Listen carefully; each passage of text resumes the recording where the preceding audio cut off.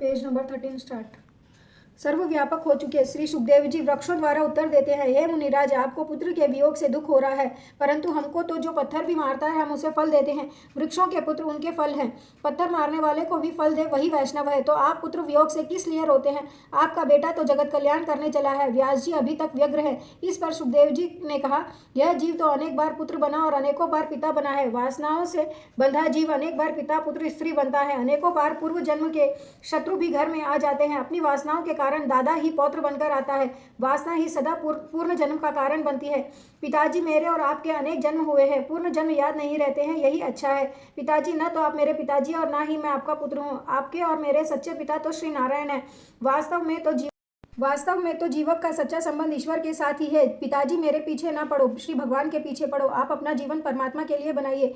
मुझे जो आनंद मिला है वह आनंद मैं जगत को देने जाता हूँ। तब सुखदेव जी वहाँ से नर्मदा तट पर आए। श्री सुखदेव जी ने कहा कि इस किनारे पर मैं बैठता हूँ और सामने किनारे पर आप विराजिए। पिताजी, अब मेरा ध्यान छोड़ दो, मेरा ध्यान ना करो। दूर से चाहे आप मुझे देखते रहें, परंतु ध्यान तो परमात्मा का ही करें। जो परमात्मा पीछे पड़ते हैं वह ज्ञानी है। पैसे के पीछे मत पड़ो, परंतु परमात्मा के पीछे पड़ो। भागवत की कथा सुनने के बाद आप भी श्री परमात्मा के पीछे पड़ो, तभी कथा श्रवण सार्थक होगा। यह नर जो नारायण के पीछे पड़े तो कृतार्थ होता है। व्यास जी अपनी पत्नी को समझाते हैं कि यदि सुख तुम्हें अति प्रिय है तो इसे अंतर्मयी को अर्पण करो, और जो हमें अति प्रिय लगता है वह प्रभु को दे तो हम भी प्रभु प्रिय लगेंगे। ऐसे सर्वभूत हृदय स्वरूप मेरे सदगुरु श्री सुखदेव जी के चरणों में बारंबार वंदन करता हूँ। सूत जी ने श्री सुखदेव जी को प्रणाम करके इस कथा का आरंभ किया है। एक बार नैमिषारण्य के क्षेत्र में शौनक जी ने सूत जी से कहा कि आज तक कथाएं तो बहुत सुनी हैं, अब कथा का सारत्व सुनने की इच्छा है। हमें अब कथा नहीं सुननी, सब कथाओं का सारभूत क्या है वह सुनना है।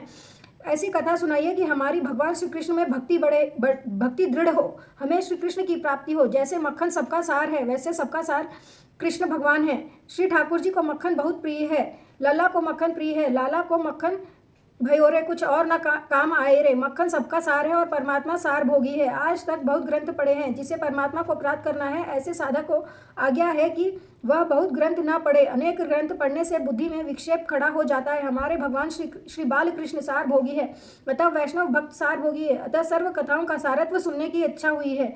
जीव प्रकृति के भोग छोड़ो और श्री कृष्ण से मन जोड़ो तो जीव भी शिव बन जाए।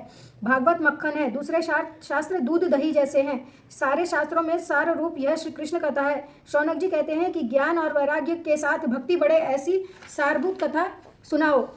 ज्ञान बढ़े, भक्ति बढ़े, ऐसा सारत्व। Page number 13 समाप्तम।